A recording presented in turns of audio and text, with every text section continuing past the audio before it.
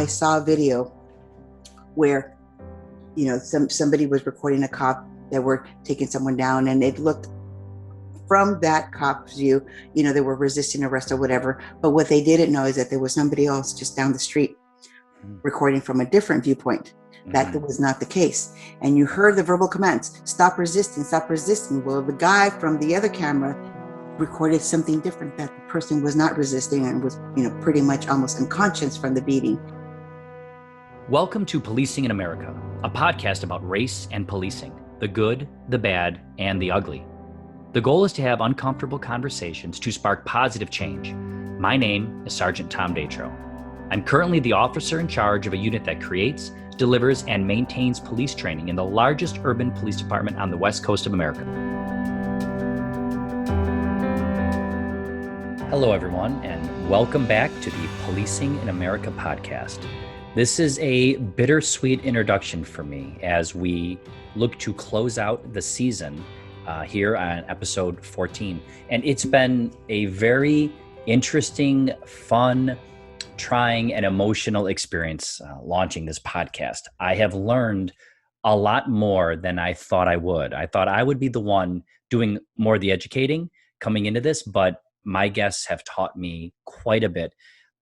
A lot of what they taught me, I've already started implementing in some of the trainings that I do, and even in my everyday life when I'm out there interacting with the public. So I plan to continue doing this type of work. I'm hoping to launch another season. I'm hoping to get more guests. Maybe we'll revisit some of the people we had in season 1 for some special episodes. I really look forward to your feedback. So if you enjoyed the podcast, if something spoke to you, please consider subscribing. Please consider leaving the reviews. Please email us at policinginamericapodcast@gmail.com. I'd love to hear from you and ideas that you might want to share. Maybe there's topics you want to hear. Maybe there's specific people you'd like me to interview and I could reach out to them. Maybe you want to be on the show. Reach out. Let's continue this conversation. Let's continue moving forward. And in that vein, I think I wanted to end on something that we can all agree on, which is accountability. I think we all agree that when you engage in policing and police work and the enormous power that you are granted through the government, there needs to be a level of accountability. And with that, I have a very special guest, and we're going to dive into police accountability.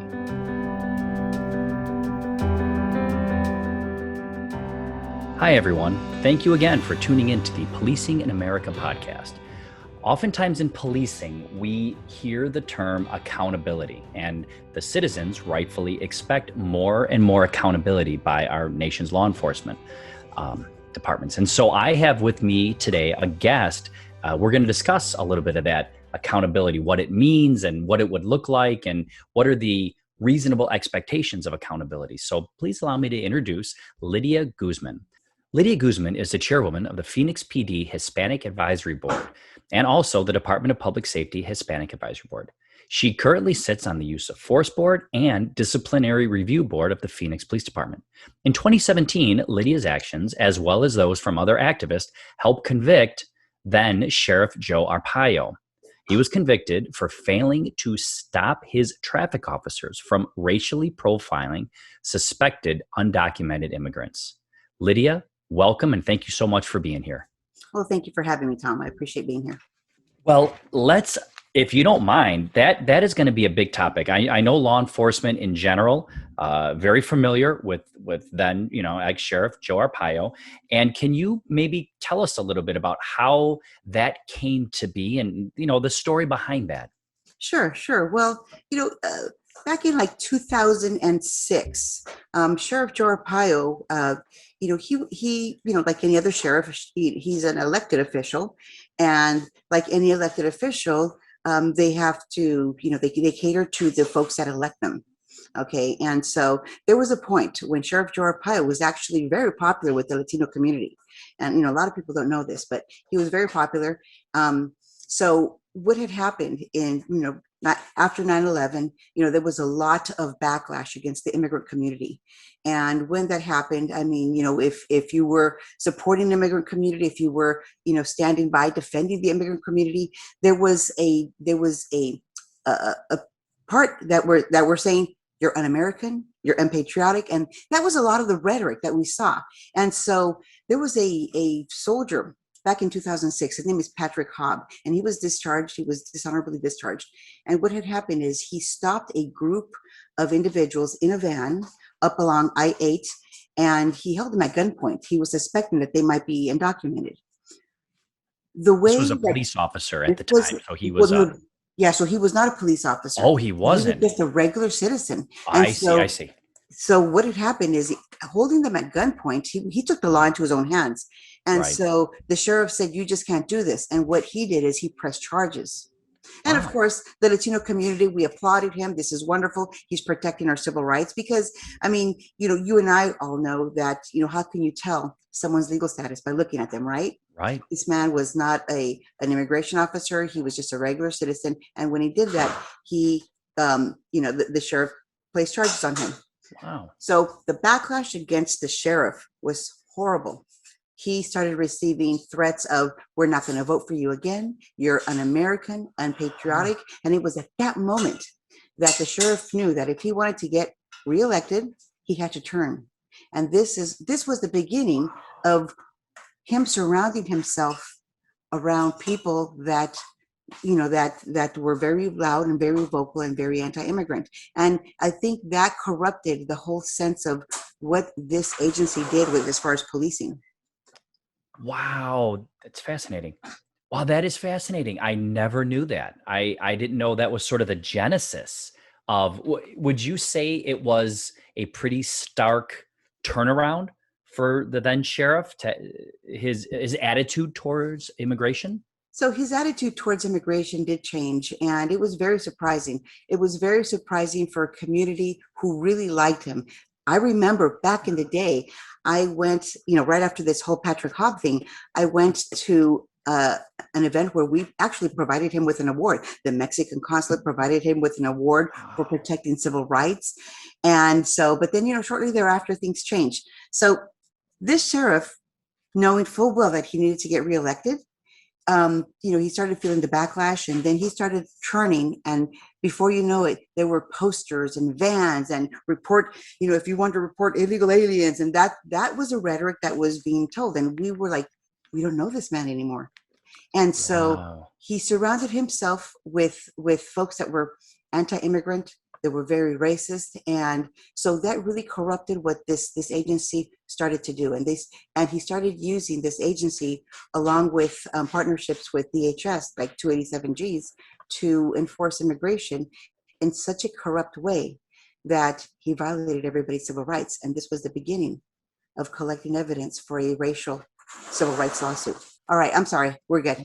That's okay. So DHS, Department of Homeland Security, started working in conjunction with Phoenix. No, it was a county. It's Maricopa County. So it was Maricopa County sheriffs, right? That's who was, okay. So I'm thinking now, I kind of want to take this in different directions. So there seems to be, I want to get your feel for this, because I'm in a fairly predominant Hispanic area myself, where I'm at here out on the West Coast. And it seems to be a pretty robust, diverse viewpoint of immigration, undocumented, illegal, the terms are everywhere. And I'm just wondering, were there segments of the Hispanic community out there that supported this sort of over aggressive policing that sort of emboldened him or gave him momentum?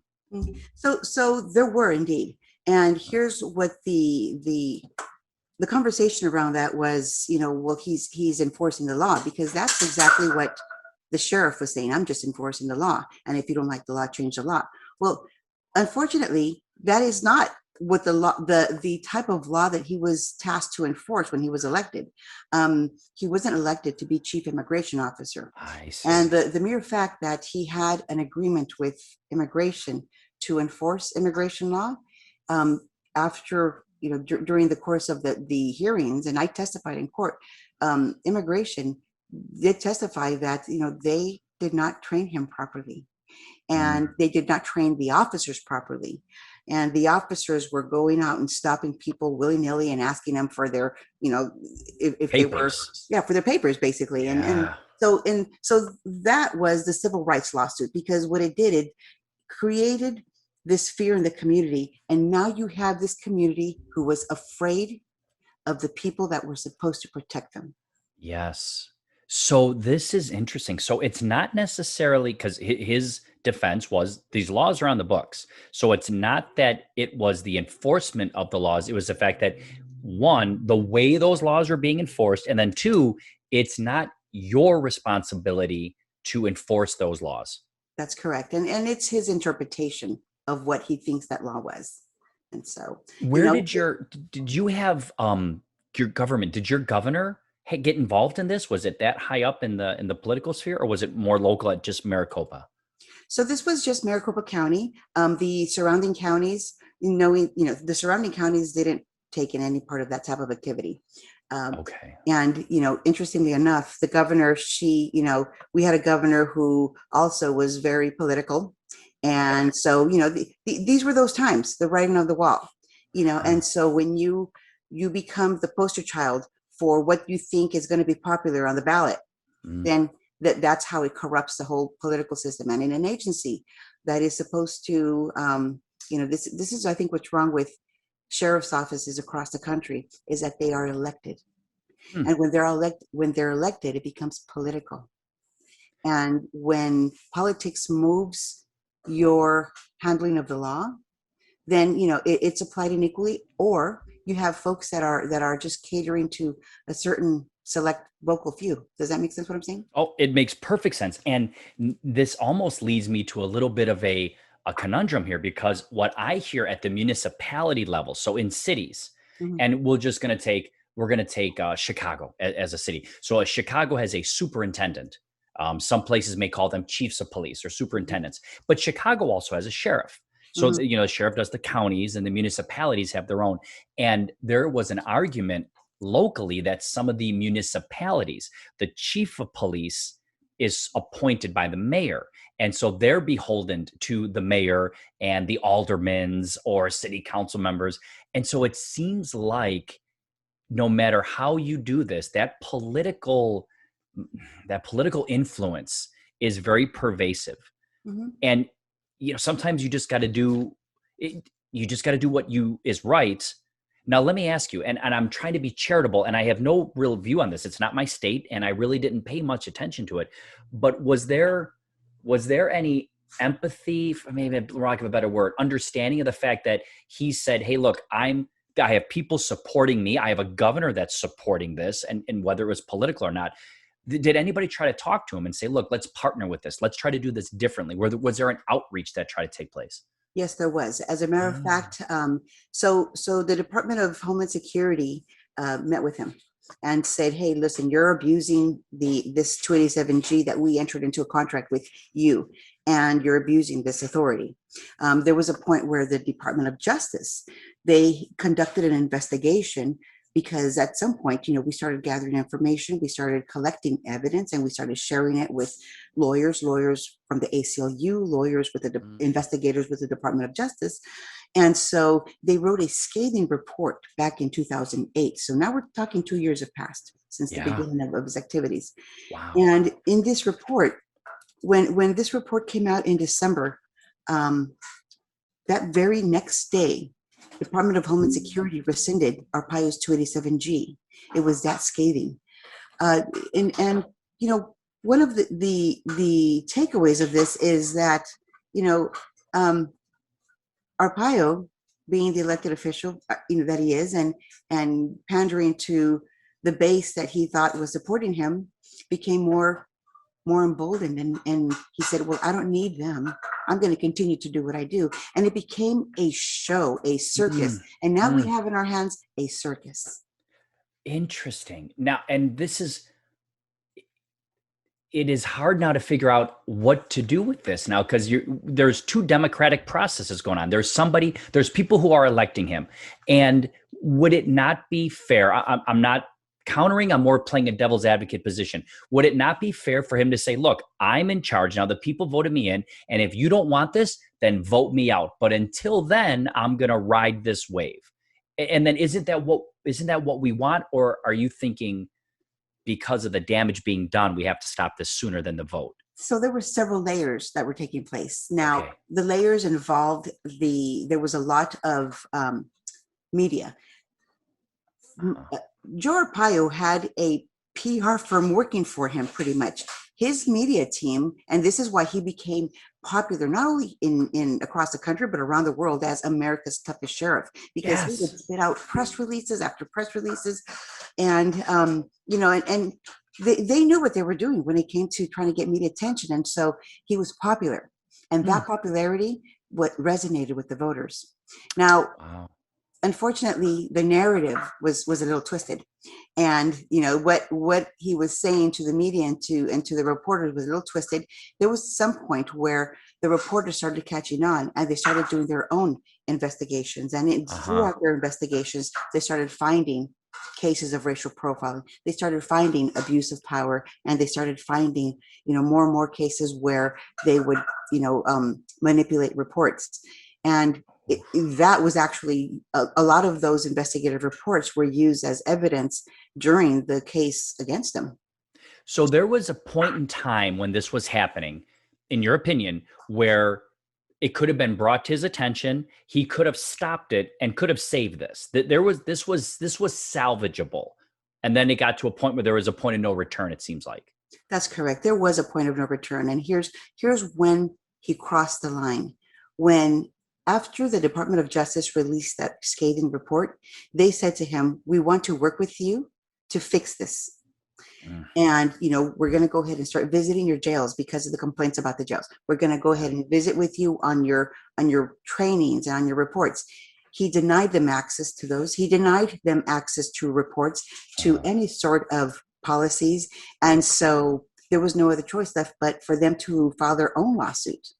And so now you have the civil um, the civil racial profiling lawsuit by yes. groups like the ACLU, and then another lawsuit that was brought up independently by the Department of Justice. Two suits going on, pretty much suing for the same thing, but and then you have this man who's stubborn, and he said no. And so you see a lot of I think it became just a matter of um, you know I've got bigger pants than you do. Yeah, yeah, no, I hear you. And there's this thing that I tell my officers sometimes, and it's a phenomenon of the brain. It's called sunken cost fallacy. And it's this idea of you just can't take a loss. Like, I can't be wrong on this. I'm going to keep going down this rabbit hole and I'll find my off ramp somewhere, or I'll find a way out of this. But the problem is you should just take the loss. At that point, when the DHS said, look, these issues are happening, we want to work with you. He Mhm. could take the loss. He may have taken some hits. They may have been some reports in editorials or some op-eds that said this guy's bad, but it would have been stopped before it was a conviction of civil rights violations. But sometimes that brain gets stuck in this, and they just we all have the propensity to fall victim to this idea. And it and, sounds and, like that's what happened, because now and things are spinning out of that's control. exactly. There was that sense of denial. And I'll just tell you one thing, that here in Maricopa County, that sense of denial is resonating to this day, because this is the same county that's doing the audit, because they want, after several audits of the county elections. So Oh my gosh. You're right. Wow. So you're right. It's resonating, it's reverberating, and it's infiltrating other venues, other venues of democratic process. that's correct. And Wow. Well, so we have interesting folks that are very passionate, and they'll take it to the extreme. So that's, Maricopa yeah. County. I Wow. guess I'm lucky to live here. Yeah, well, what is the old saying? May you be lucky enough to live in interesting times, right? And that's what you are in. So I'm going to just kind of transition a little bit. Speaking about an off ramp, I'd like to kind of chew your ear on the use of force board and the disciplinary review board. And I understand, you're not necessarily representing your department in these talks, but so general conversations on this. Now, one thing that I swim upstream against is this idea of use of force. And it seems to always lend itself to race. Right? That seems to be the big issue.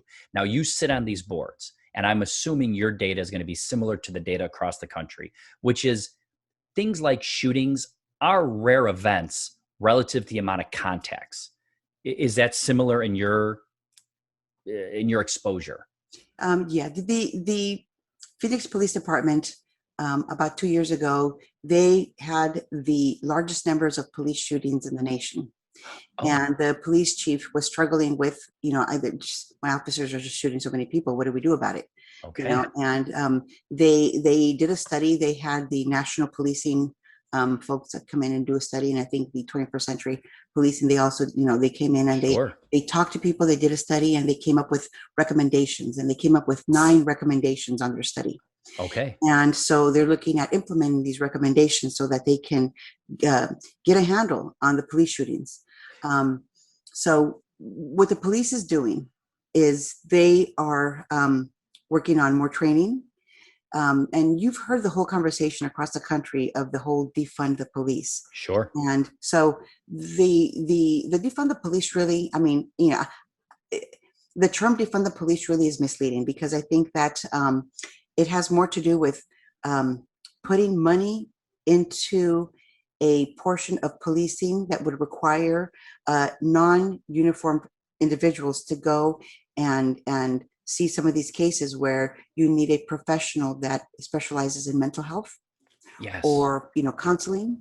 So yes, and so it's a matter of just appropriating some funds so to put into specialists and experts that they specialize in mental health crisis, because a lot of times, when someone is having a mental health crisis, what's happening now is that families are calling 911, and a uniform officer shows up.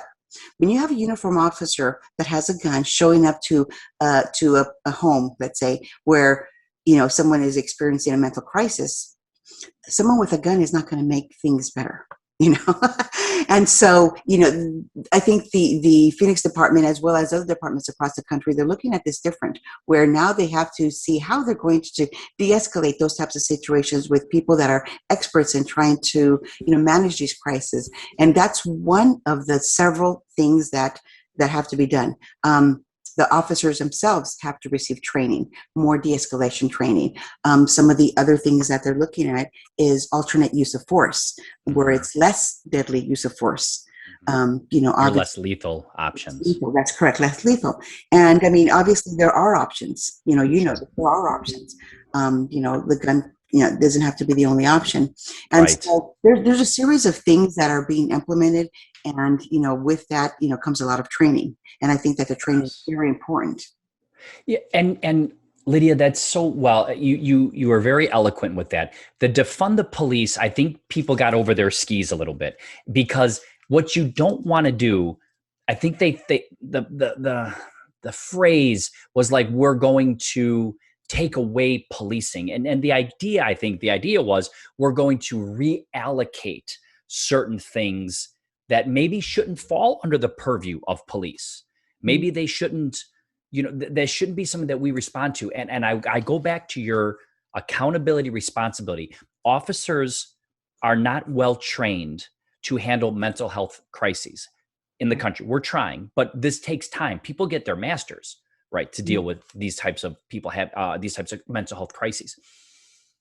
But yet they're being held accountable. So they're being made responsible, and they're being held accountable, but yet they're not getting the tools, training, the soft skills. We're really good at giving them hard skills, right? So they come in and order. Go ahead, please, your thoughts. And so here's the thing. You can't just say to a department, stop shooting people, because just saying that, you just set them up for failure. Okay. And so, but, let's figure out, how can we stop shooting people? Let's give them tools, just like you said, alternatives. Let's give them the tools they need. Let's give them the training, that way they can have the training on less lethal force. Let's give them the training on, a de-escalation. Let's give them the training that they would need also to call professionals when professionals need to be called, because, the calls of police officer, they're not just, coming in and trying to stop a bank robbery. Okay. Right. The cause of police officer, you wear many hats, and unfortunately, a lot of the hats shouldn't be placed on the head of a police officer. And that is where the funding needs to be allocated to the right people to help the departments do their job better. Does that make sense what I'm saying? It makes sense, Lydia, and it almost sounds like you are empathetic to the person on patrol, who's being asked to do all these things, and it's difficult if you're not fully trained. It is difficult. How would you? I've had this discussion with a guest, a friend of mine, and we've talked about if you want to have a professional organization that can handle a lot of these societal issues, everything from the bank robber to somebody suffering from a mental health crisis, well, then you need to make the profession truly professional. And maybe we should consider things like a 4-year degree in maybe social work or maybe communications or something like that. Do you have any opinion on that by chance?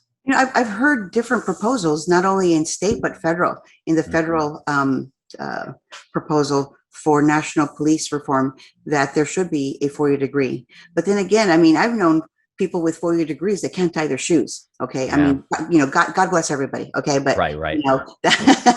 It's so, not a guarantee is what you're saying, I think. Right? It's not a guarantee. But, I think what we need is to look at the temper, the temperament of folks. And, okay. A lot of it has to do with the hiring also. Okay. When you do, I mean, I know that there's a lot of testing that gets done, the MNPI testing and all of those that measure a person's temperament, measure that a person is not going to, lose it and go from 0 to 100 in less than a second, because that I think also says a lot. I just, this week I sat on a use of force hearing in which this was a high profile case that, I have lots of trouble with because, everything that was on the procedure, he did procedurally right, except for the fact that, in my opinion, he was too quick. And I think that he used poor judgment in doing this. And of course, somebody died as a result of it, but it's just a matter of, was this person too quick to respond? Was, this officer too quick to respond? Because he did everything right, except for the fact that I think he just acted too quickly. But then again, here we are asking them to use the judgment call. Yes. And I'm right now working with someone I had on the show weeks back on developing training that teaches officers how to make good decisions. We tell them things like just use common sense, be a leader, make a good decision, but we really never teach them how to make a good decision, how to have critical thinking skills, how to make good decisions under stress. And this is going to take a significant more commitment to an academy style training. Mm-hmm. Yeah, it's going to be academy style training. There's going to have to be, I don't know what the national reform is going to look like, the one that the president is talking about.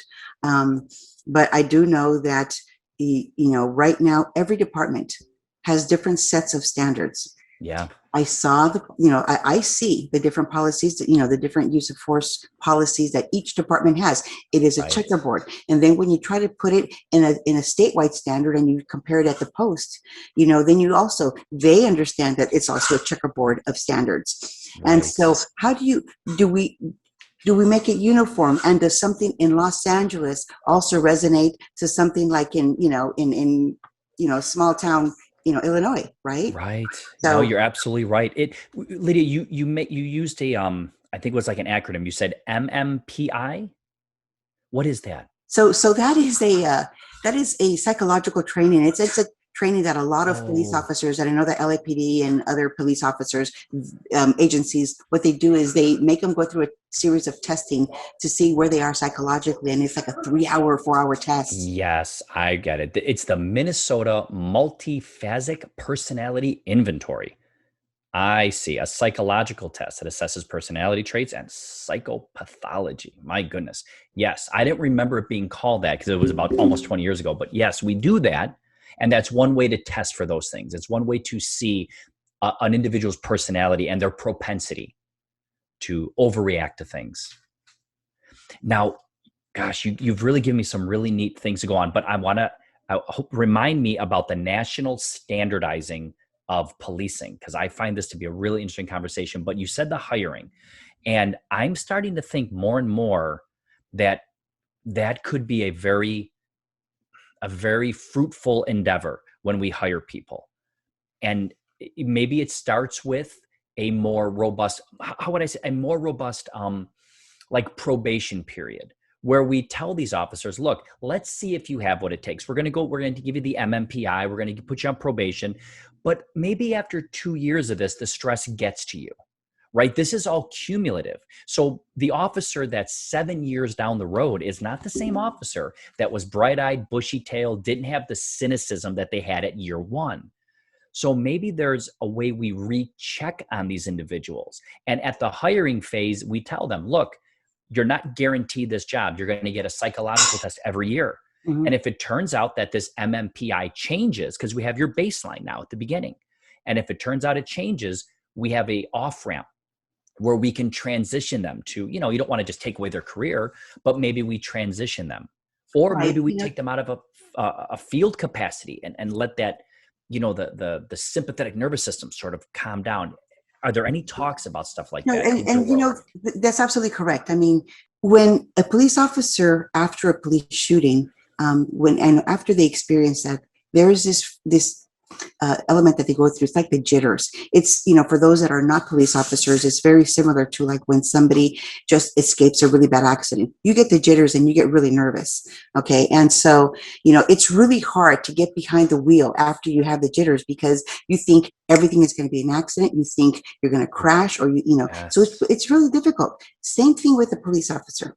And I think that when you have that taking place, you have the police officer now have the jitters and could be trigger happy. And this, I'm not saying that, every cop goes through this, but it's it's a natural human recurrence. And I think that these are the types of things that, just one of several, that we should take into consideration when you decide to take someone off the beat, whether it's temporarily or permanently. The departments do this also with canines.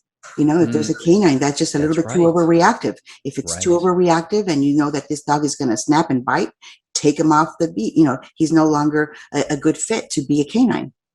Yes. And it seems like, my goodness, as we look back on this with the benefit of 2020 hindsight, and you look at how these instances, like you say, you almost get an accident, you get that like adrenaline dump, and that gives you the jitters. It's the same thing when you're driving and the lights come on in your rearview mirror, and everybody gets that little perk. I still get it.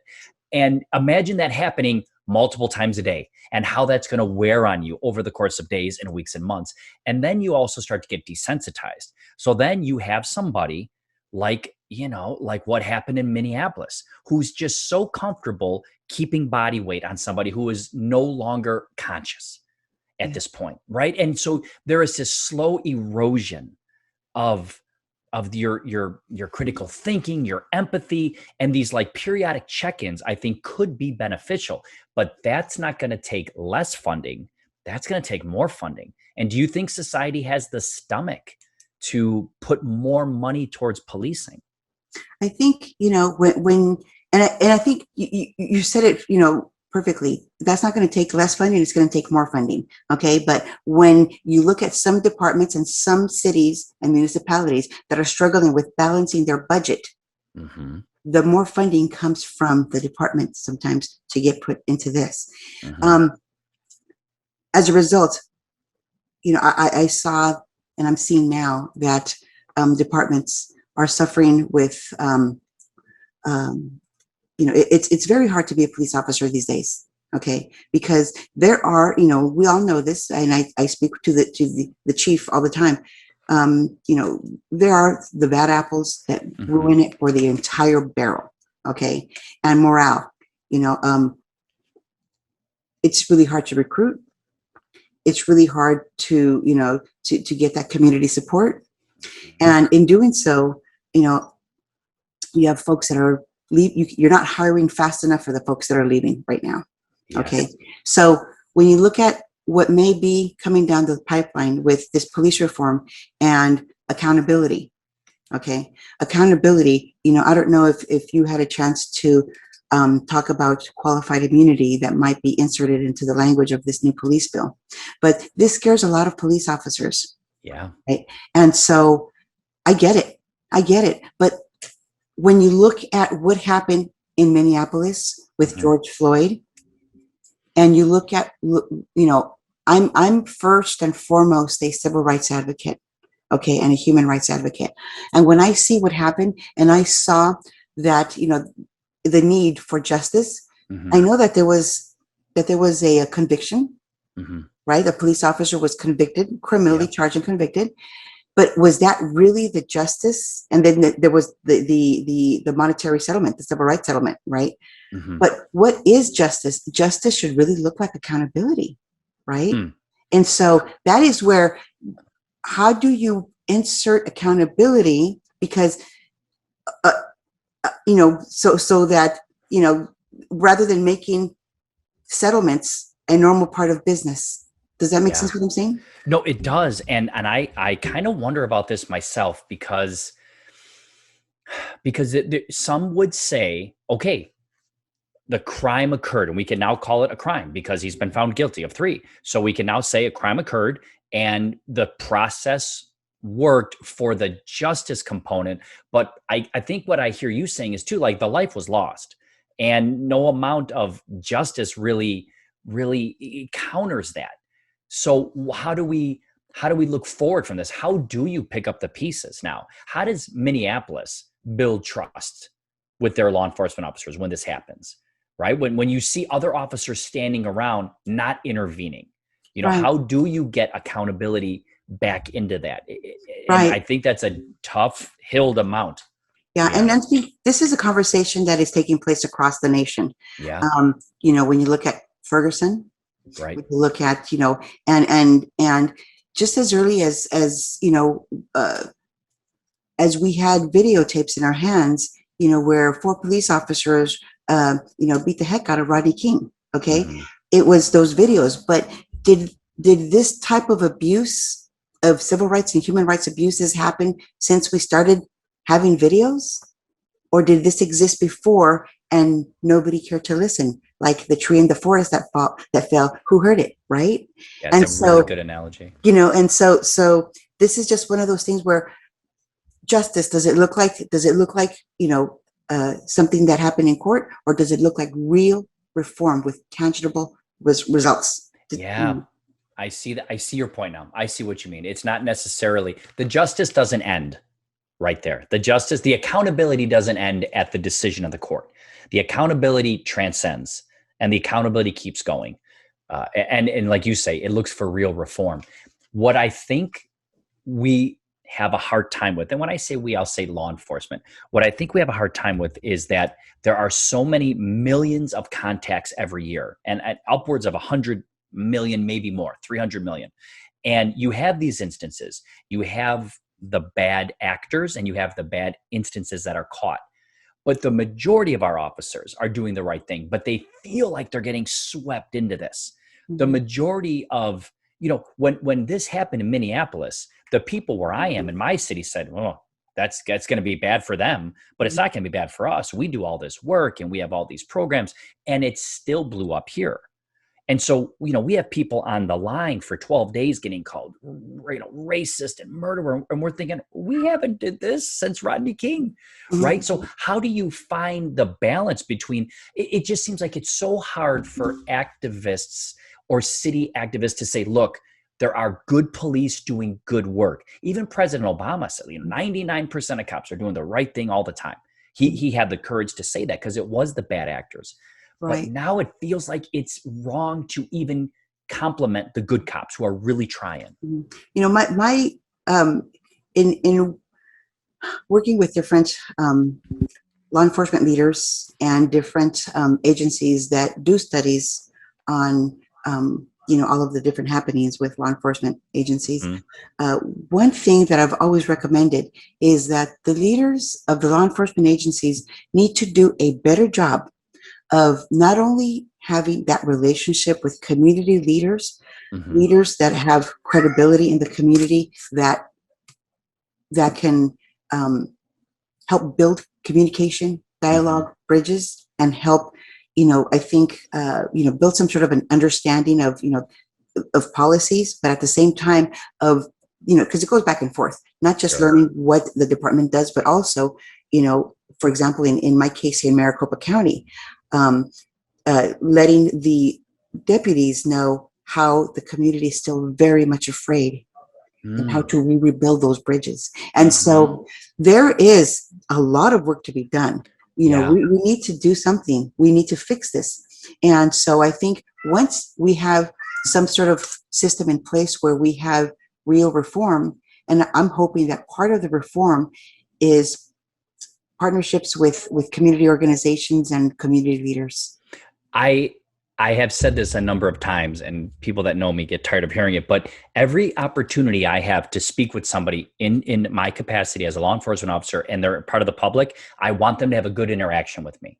And it's like putting a penny in a bank, and I call it, making a deposit in the bank of public trust. And it's just a penny. It's very small. But if all of us across the country put in these pennies, we're going to build up a fund. And it's almost like a rainy day fund, because something bad is going to happen again. There is going to be a video where some officer makes a poor decision. It's inevitable. No, it will never have perfection. And when that happens, whether it's 2 days from now or 2 years from now, I want to establish a little bit of trust with my community to say, look, I know this is bad, but I know you're good. And same with your officers in Maricopa. I know these deputies are good. And maybe this happened in, Mesa, Arizona, right? Or some other area, or maybe Texas. But I know our guys and gals here are really trying. And so that I feel like that has to be expressed more. And I need our officers to embrace that, because it's a future investment to their partners who are younger than them on the job. Right. And for a lot of the young folks that are joining, that are rookies, this isn't the end of the world. This is there's a lot at the end of the rainbow. And I think at some point there will be that understanding, but I think it's going to take a matter of the leaders, not only with the different law enforcement agencies, but also the city leaders, the state leaders, and the community leaders, your local reverends and your local, educators, and all of those folks to come together and say, how do we move forward? We identify that this is happening. And if we can all sit down and reckon with that this is happening, let's move forward, because we're going to fix it together. It's such a positive message, Lydia. And how long have you been in a civil rights advocate and whatnot? How long has that been your passion? Well, so I've been doing this for a number of years now. And full disclosure is, I was married to someone in law enforcement, and he saw a lot of inequities. And not only within the department, because, within the department, just like with my own colleagues at, where I work for a nonprofit, a civil rights nonprofit, but, you see a lot of things, and you try to, make sure that you're a good steward and a good fella, and so doing this for this many years, I've worked, I've seen, and I've collaborated, and I continue to have conversations with agencies like, the Policing Project and the Department of Justice. And, because I live in the same community that the agencies, those cops probably send their kids to school in the same schools where my kids went to school. Right. We probably worship together. We probably shop at the same stores. We're part of the same community. And so I want to make sure that I'm part of the solution. Oh, wonderful. That's really nice to hear, because a lot of times we will speak, I say we in general, the law enforcement will speak with community activists. I'm not calling it advocate is what I'm looking for, community advocates for civil rights. And it tends to be a lot of, you're doing this wrong, you, blame. And it does seem like you have much more the open hand, the olive branch. Let's come together. And that it's such a breath of fresh air, because I think officers can get behind that. Because I know there are officers, like you said, you are married to one. We see things where improvements can be had. What is something, that's what I wanted to ask you. You've been doing this a number of times. Have you seen progress? I'm not saying we're done, but have you seen progress in policing in this country? So in my next conversation with someone who is actually helping to draft, the legislation, one of my concerns that I have, has been the influence that police associations and unions have. And let me preface that by saying that I am a union person all the way. I was a union organizer. And so there's, I'm not trying to diss on unions. Here's the thing though, when unions are very influential in lots of city council elections, lots of, mayoral elections, lots of, and with that also comes them wielding the power of trying to establish negotiations to protect their members. Sure. Okay. Yeah. And so there's got to be some sort of a line where you have to acknowledge that sometimes you have, a bad worker. If let's say that I'm the union that represents the grocery workers, if there's a guy that works over the produce section that keeps putting rotten tomatoes out there, and I'm trying to get him in trouble because he keeps doing it, and the union keeps protecting him, then we have a problem.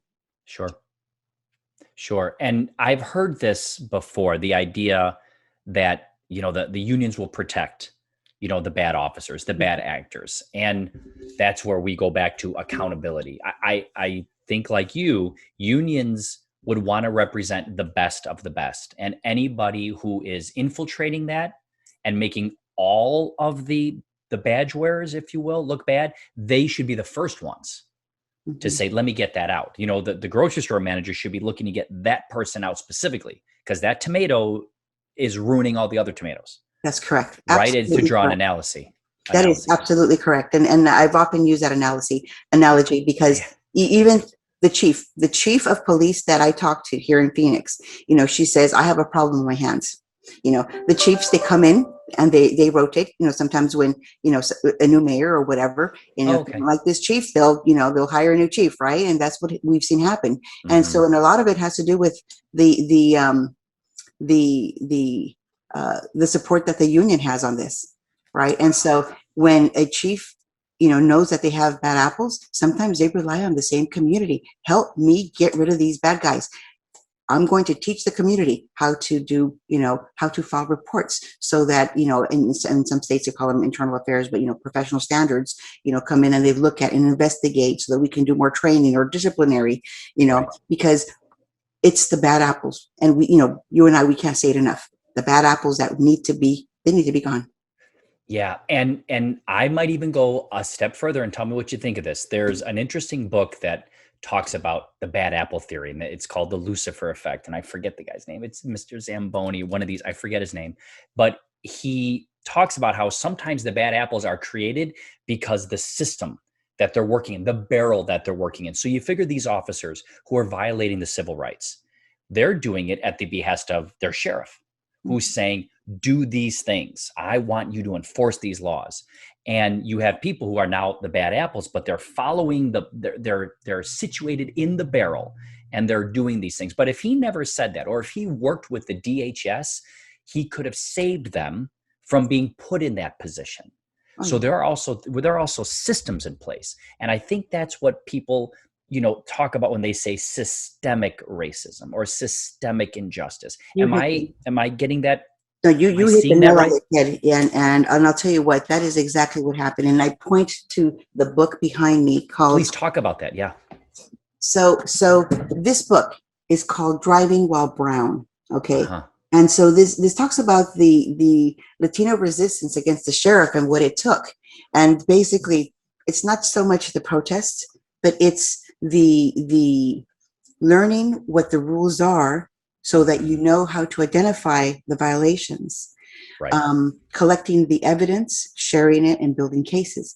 And throughout the process, building coalitions because this was, people thought that this was just immigrant rights groups that started this movement. Mm-hmm. At some point, journalists were behind this, elected officials. The mayor became the target of this sheriff. I mean, it just became this whole circus, right? Yes. But it's one of those things where you build the movement, and it was so this is really a story, and it's a true story of what it took to take down America's toughest sheriff, who was doing everything possibly to block investigations, investigators, destroying evidence, all of those things. I mean, it was criminal AF. Okay. Yeah. Yeah. And so when it became very difficult, but the end result of this, of course, was the voters saw with their own eyes what happened, and it was the same voters that took him out.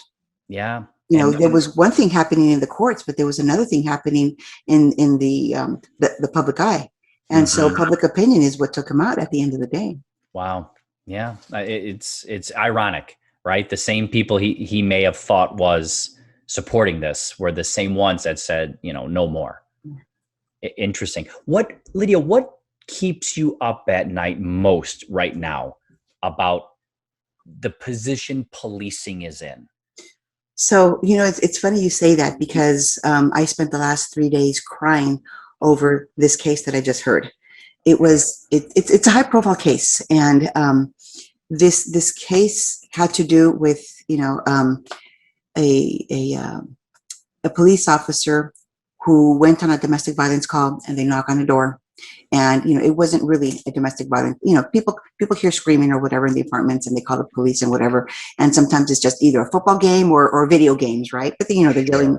And so, you know, when someone knocks at your door late at night, and you know, people tend to answer the door. Here in Arizona, this is a Second Amendment state where people have a right to carry, and they answer the door with a gun in their hand, right in the middle of the night. And so, you know, these two cops, one cop was in front. He actually had a chance to, you know, I'll tell you the details because it's all over the news. So I'm not giving you information that has not been disclosed. So, okay. But the cop in the front had the chance to take 2 steps back, take the gun out of his holster, align it with his flashlight, put you know, when you put you have the finger on the trigger, but you don't press it all the way. Okay. Yeah. And, you know, say gun, gun, gun. The guy that answers the door said, "Oh," and so he puts his hand up, puts the gun down, and he's kneeling down to put the gun down when the cop next to him, pow, pow, pow, and shot him. Okay. Oh my goodness. So, and this was so this person's in his house. No, this was right at the doorway, right at the doorway. Okay. Yeah, right when you step at the doorway. So when he steps back to put the gun back down, he's kneeling down. You know, and so he shot him. So my concern with the whole thing, and this is what kept me up at night. And I mean, you know, Tom, I cried for 3 days because, you know, this is just one of those things where the use of force board, you know, looked at this case, and I looked at this case. You know, why did one officer act one way and not the other one? Okay. You know, and so you see, and so is it more training do we need? Do we need more? You know, and so, you know, when the use of force board has to review these, they look at, was there a violation of policy? You know, did the police officers do anything wrong? And at that point, just like when Arpaio said, well, if, you know, do we need to change the policy then? Right. So, you know, so this shooting took place. One officer shoots, one officer doesn't. And did the shooting result in a fatality? Correct. Yeah. And so, you know, and this, you know, this man was not in a commission of a crime or anything. He just happened to answer his door with, you know, but it's just one of those things. I just went horribly wrong, you know, and, you know, and so, and going back, this is not a black, a white thing, a brown thing or whatever. You know, this gentleman was an Anglo man, you know, who was, you know, trying to protect his home, you know, practicing his Second Amendment right. He answers the door and boom, you know. And he was shot. And how long ago was this? Last year. So the shooting took place last year. So. Wow. It's interesting. They don't seem to generate as much attention when they're, you know, if the media doesn't get the sensationalism of the color or the races, it doesn't align well.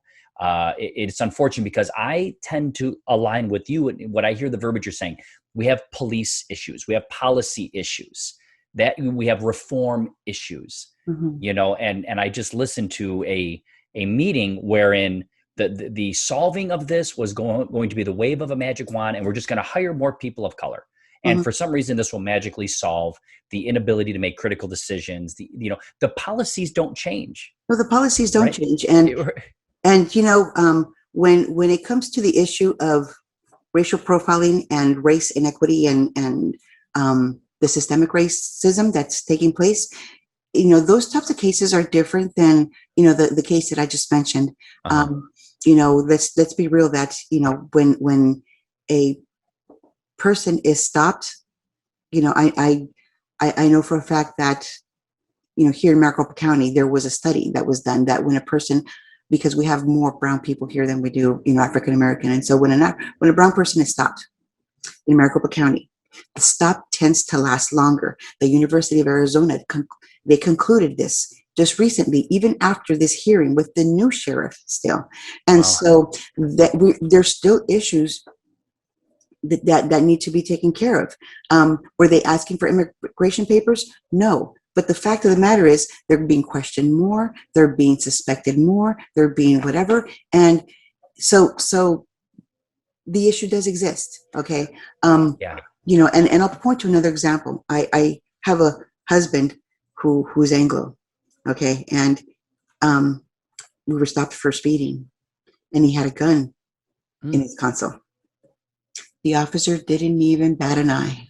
Wow. But I wonder if my husband were Black. Mm-hmm. You see? And so Sure. I put that out there because I acknowledge that that is the reality. Yeah. And so why does that make people nervous? Right. And I think these are those uncomfortable facts that we need to acknowledge that exist. And how can we curve that? How can we, through more, is it more implicit bias training? So. Yeah, no, I appreciate you saying that. And prior to launching the podcast, I certainly had a different opinion, and this podcast has helped me grow a little bit. I had a guest on, his name is Mumbai Naji, and maybe Najai, if I may pronounce it, but he created an app called Legal Equalizer, and it's a little phone app. So when you get pulled over by the police, you touch the app and it sends out a location as to where you are. It contacts 5 friends and it lights up a camera. So as soon as the officer walks up, he can say, "Officer, just so you know, we're being filmed, and my mom's on it, my sister's on it." Okay. And when we spoke about this, I was thinking he was gonna say it's because of these reasons. But what he told me was fascinating. And it was the same thing you just said, that little extra line of questioning. It wasn't like the big pervasive gun in the face. It was that little pervasive, "So where are you going?" And he's like, "Well, what does it matter? You stopped me because I didn't signal. Why do you want to know where I'm going? Like, give me the ticket and move on." And kind of like you said, it's the extra questioning. The University of Arizona study says these stops take a little bit longer. And so now I've grown empathetic to people of color when they share this. And I see, I've heard this too many times now. I've heard this from, he's out in Atlanta, you're in Phoenix, we had another guest who was up in Northern California. And I said, I'm seeing a trend. Mm-hmm. And that's what it is. If I'm going to be realistic and intellectually honest, that trend is there. And we have to figure out why. Now, the implicit bias stuff, you guys, you're with Phoenix PD. Is that who you sit on the board with? Right. Yeah. But I'm familiar with it, with implicit bias, because I no longer am on the board, but I was on the board that was created by the judge under the Maricopa County when they, under sure. the settlement. And they had to go through implicit bias, and I had to sit there and not only review the training, but also interview the officers that were going to do the training. And so there's a lot of thought that goes into implicit bias training. Sure. Because it's not only changing how one, you're trying to change how one thinks about a community, but also how they react. Absolutely. That's well said. One thing that I've been kind of railing on, Lydia, and I want to get your take on it. I have said that when the internal pressure, so here we go back to the barrel, when the internal pressure is such that a good cop is always associated with a cop who makes an arrest or a cop who finds a gun, that incentivizes the cop to do things that are a little bit more, I don't want to say, misconduct, but they might keep somebody a little bit longer. They're just going to go a little extra because they're searching for something. Where if they said, look, a good cop is somebody that enforces the law, but if you don't get an arrest, you don't get an arrest. Like, don't start manufacturing things. Don't start even going down that path because you're looking for something, because that's your definition. And I need to look, they stop somebody, there's nothing there. Have a good day. And that's like when you said, are they looking for something? Because, is it that, a bunch of brown kids, do you think that they might have, some drugs on them? So when you start doing the probing, and then even just seeing them down the street, I've heard the term established probable cause. I've heard the term, and so, and right. it's they establish probable cause to stop them, and then goes the questioning, and then goes, the probing.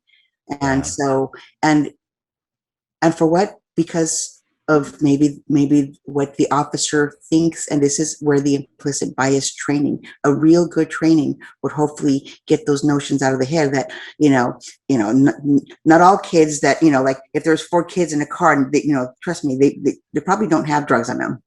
Right. And you're right. And bias training is important. At this point, it's well established, and it's part of policing. And if police officers don't like it, I would ask them to research it a little bit and embrace it, because it's not going anywhere. But then we also have to have some policy shifts. Like you said, we can train people all the time, but if we don't have some good policy changes, what would be a policy or two that you'd like to see reformed? Well, when it happens a lot,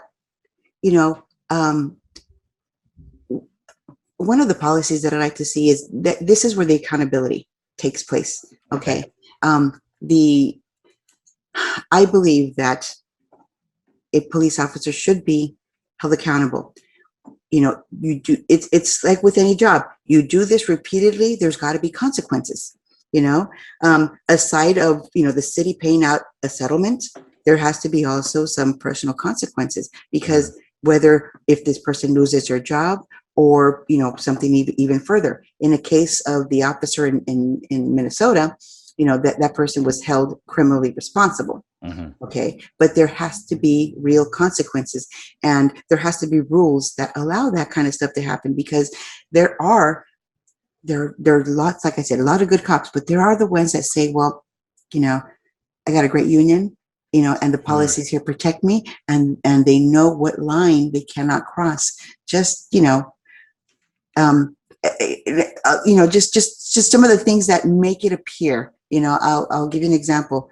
I saw a video where, somebody was recording a cop that were taking someone down, and it looked from that cop's view, they were resisting arrest or whatever. But what they didn't know is that there was somebody else just down the street recording from a different viewpoint. That was not the case. And you heard the verbal commands, stop resisting, stop resisting. Well, the guy from the other camera recorded something different, that the person was not resisting and was, pretty much almost unconscious from the beating. So, what if some cops knew about this, and I'll tell you what, like I said, does not apply to every cop, what I'm saying. Okay. But and I will tell you that a good portion of cops are good cops. But you do have the few, and those few, when they make those mistakes, it amplifies. And it makes it look like it's every damn, cop. Right. And that's not the case.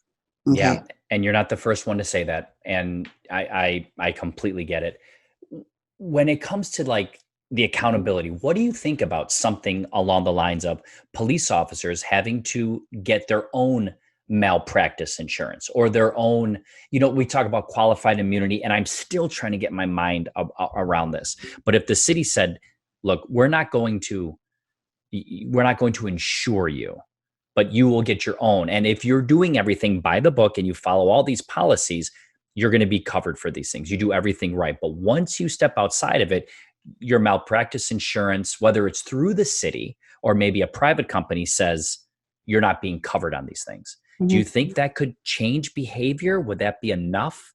I think it's a matter of definition, Tom. Okay. Here's why. Because right now they kind of have that already through the union memberships they pay. Okay. So they kind of already have their liability insurance, if you will. Right. Sure. Because they have, a representative that will stand with them during the hearings, and maybe sometimes they'll, the same union will also hire a criminal attorney to stand with them should this officer be facing criminal charges. And then, of course, when they see something that looks really big and ugly, I'm sorry, you were in this was something criminal. The union cannot defend you or whatever, same thing. That's the same thing with the liability insurance, whether it's property insurance or your auto insurance or your homeowner's insurance, right? If you're doing something illegal, they know where to draw the line. So we do kind of already have that. Okay. And, but I think there's got to be some sort of personal, whether they get a malpractice on top of what the protection that they already have with the union, because this thing with qualified immunity, I think it's coming.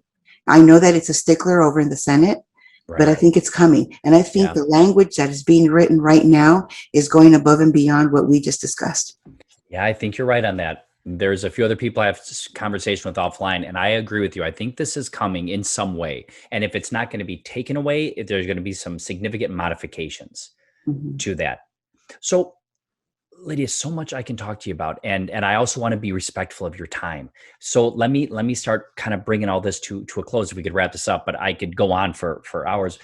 If you could reframe something that could help us move forward. I think you said, dark days are coming and but tell the young officers that good days are ahead as well. If you could reframe something about this position we're in now to help people on both sides say, let's come together. What part of this conversation would you reframe or restate or, just kind of reach out? I've said this before to officers that are going through training when they're new, because sometimes I get a chance to talk to them, and I'll tell them that first, I commend you for being a police officer, because the fact that you want to go out there and put your life on the line, especially during these times, is very commendable. And thank you for your service. Okay. The second thing I want to say is, embrace the opportunity to have a relationship with the community. Community policing is something that has been long lost. And that's something that I remember growing up. I saw programs like Adam 12, where, the beat cop knew the name of the ladies and knew the kids' names. Okay. Yeah. I hope and pray for the day that we would one day come to that, where we have that relationship, because at the end of the day, the members of the community want safe communities. Sure. But, right now we're working on removing that division, and that division is, right now there's a lot of politics involved. There's a lot of rhetoric involved, and there's a lot of hurt from years of systemic racism, but that doesn't mean that everybody did it. We're taking it out like a bad root, like a bad weed. Good days are coming. Just be patient. I love it, Lydia. That's so nice, because you talk about these really controversial, emotionally charged topics, but you do it in a way that is disarming.